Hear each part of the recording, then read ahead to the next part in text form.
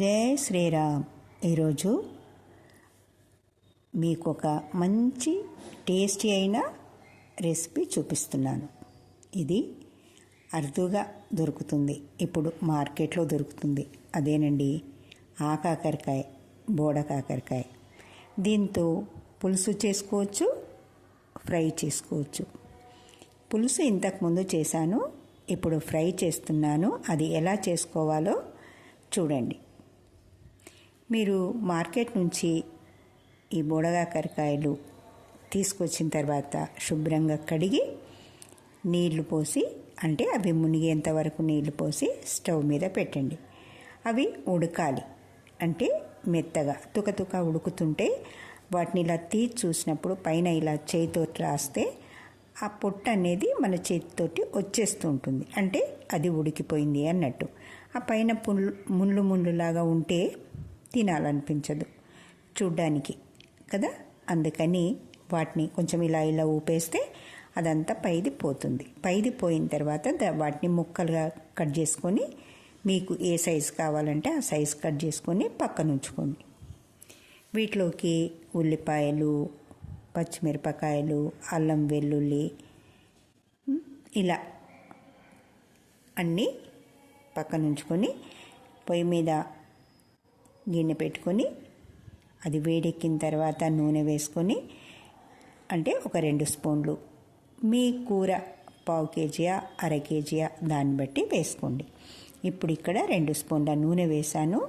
అందులో 1/2 స్పూను జీలకర్ర, 1/2 స్పూను ఆవాలు వేసి తాలింపు వేసి వేయిస్తున్నాను. ఇందులోకి పచ్చిమిరపకాయలు, ఉల్లిపాయలు, కరివేపాకు వేసి దోరగా వేయిస్తున్నాను. ఈ ఉల్లిపాయ పచ్చితనం పోయి దోరగా అయ్యేంత వరకు వేయించండి. తొందర కాదు, ఉల్లిపాయ మంచిగా వేగితేనే టేస్ట్గా ఉంటుంది. పచ్చివాసన పోవాలి, లేకపోతే టేస్ట్గా ఉండదు.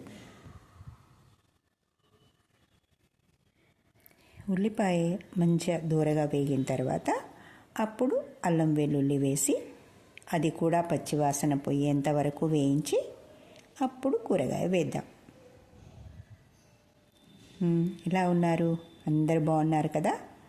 మంచిగా పండగ చేసుకుంటున్నారా? వినాయక చవితి. ఇంటింటికి వినాయకుడు, వీధి వీధికి వినాయకుడు. వినాయకుడిని మండపాలు పెట్టి పొద్దున్న సాయంత్రం వినాయకునికి అర్చిస్తున్నారు కదా. రకరకాల పిండి వంటలు చేసుకుంటున్నారా? మీరు వినాయకుడికి రకరకాల వంటకాలు, అదేనండి ఉండ్రాళ్ళు ఇందులో ఉన్నాయి. మీరు కావాలంటే చూడండి. వినాయకుడికి తుమ్మికూర అన్న చాలా ఇష్టం. తుమ్మికూర ఎందుకు అంటే, ఎక్కువగా ఆహారం తిన్నప్పుడు అది జీర్ణం అవ్వడానికి తుమ్మికూరను తింటే జీర్ణమవుతుందనేది ఒకటి. అందుకని తుమ్మికూరను తింటారు. మీకు నా వీడియోలలో ఉంది, మీరు వెనక్కి వెళ్ళి చూడండి తుమ్మికూర ఎలా వండాలో. ఇప్పుడు ఈ బోడకాకరకాయలు అంటే నేను ఈ సైజు ఒకదాన్ని 6 ముక్కలు 8 ముక్కలు ఇలా కట్ చేశాను. మీకు నచ్చిన సైజులో మీరు కట్ చేసుకోండి. అల్లం వెల్లుల్లి గోలిన తర్వాత ఈ ముక్కలు వేసి, మనం తయారుగా పెట్టుకున్న బోడకాకరకాయ ముక్కలను వేసి, ఆ పైనంతా ఏ నీళ్ళైతే ఉడకబెట్టామో అదే బగోన్ని కొంచెం రౌండ్గా తిప్పితే అది ఊసిపోతుంది, దానంతలదే ఊడిపోతుంది. మనం చేయితో కూడా టచ్ చేయాల్సిన అవసరం లేదు. లేదనుకుంటే మీరు చేయితో కూడా ఇలా నలిపేసినా పోతుంది, ముళ్ళు లాంటి. ఇప్పుడు ఇవి చూడడానికి సాఫ్గా కనిపిస్తున్నాయి కదా. ఏ చెక్కు చాకు లాంటిది పట్టి తీయలేదు, చేయితో ఇలా ఊరికి అంటే వచ్చేస్తుంది. ఇప్పుడు ఇది ఒకసారి అలా అంటే కొంచెం పోపు వేసిన తర్వాత నూనెలో కాస్త మగ్గనిచ్చి, ఆ తర్వాత దాంట్లో కావలసింది, ఎలాగో ఉడికి రెడీగా ఉన్నాయి కదా, ఎక్కువసేపు పట్టదు. అందుకు వీటికి పోపు వేసిన తర్వాత కాస్త పసుపు, మనకు కావాల్సింది ఏంటి, కూరగాయలోకి కారము, ఉప్పు, ధనియాల పొడి వేసుకుందాం. మర్చిపోయారు, సాల్ట్ కూడా వేయాలి కదా. సాల్ట్ లేకపోతే ఏ కూరగాయ కూడా నోటికి రుచించదు.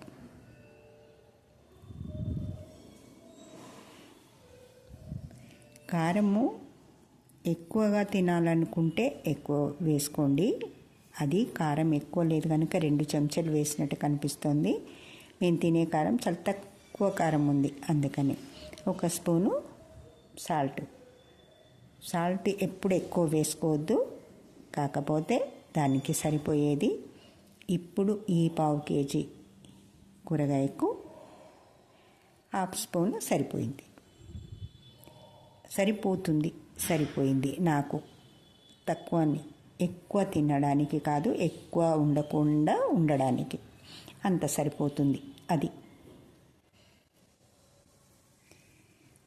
ఒక్క 5 నిమిషాలు ఇలా కలిపి, అంటే ఉప్పు కారం ఆ ముక్కలకు పట్టాలి కదా, అలా కలుపుతూ ఉండి కాస్త మగ్గనిచ్చిన తర్వాత అప్పుడు ఫైనల్గా ఏం వేద్దాము, ఇంకా రుచి రావడానికి. ఇప్పుడు ఉప్పు కారం ఒక్కటే సరిపోదు కదా, ఇంకా ఏదైనా రుచి, ఇంకా కమ్మదనం ఉండడానికి ఎలా ఉంటుంది, ఏం వేద్దాం? అదేనండి, పల్లీలంటే పిల్లలకు చాలా ఇష్టం. అందులోకి పల్లీలు వేయించి చిన్న చిన్న ముక్కలుగా, అంటే వక్కల ముక్కలు చిన్నగా, మరి పెద్ద ముక్కలుగా పల్లీలుగానే వేస్తే కొంచెం టేస్ట్ ఇంతగా రాదు. చిన్న ముక్కలుగా కచ్చాపచ్చగా మిక్సీ చేస్తారో దంచుతారో, రోట్లో వేసి దంచితే మాత్రమే ఇలా చిన్న ముక్కలుగా పలుకులుగా ఉంటుంది. చూడండి ఎలా ఉంది ఫైనల్. ఇది అంటే మన కూర ఉడికిపోయింది. లాస్ట్లో ఇలా వేసి కలిపి కాస్త కొత్తిమీర కూడా వేసుకొని కలుపుకుందాం. కూర ఉడికిపోయింది. ఇంకా దీన్ని మనం ఎక్కువ టైం లేదు, అప్పుడే కరెంటు పోయింది. చూసారా, చీకటి కనిపిస్తుందా? చీకటిలోనే కొత్తిమీర వేసి మూత పెట్టేసి ఆపేసాను స్టవ్. కూర ఎలాగో ఉడికిపోయింది కదా, ఇంకా ఏం చేసేది లేదు. కాస్త వెలుతురుంది కానీ లైట్ పోవడం వల్ల అక్కడ చీకటిగా కనిపిస్తోంది. కూర ఎలా ఉంది? బాగుంది కదా. ఇది బాక్స్లోకి బాగుంటుంది, మనం చపాతీలోకి, పూరీలోకి, ఏ దానికైనా బాగుంటుంది. ఎటన్నా ప్రయాణం వెళ్ళాలన్నా ప్రయాణంకి కూడా ఇది పాడవదు 2 రోజుల వరకు, ఎందుకంటే ఇందులో నీళ్ళు అలాంటివి ఏమీ లేవు కదా, తాజాగా ఉంటుంది. అందుకని చేసుకొని తినండి. అందరూ ఆరోగ్యంగా ఉండండి. మళ్ళీ కలుద్దాం ఇంకో వీడియోతో. Thank you.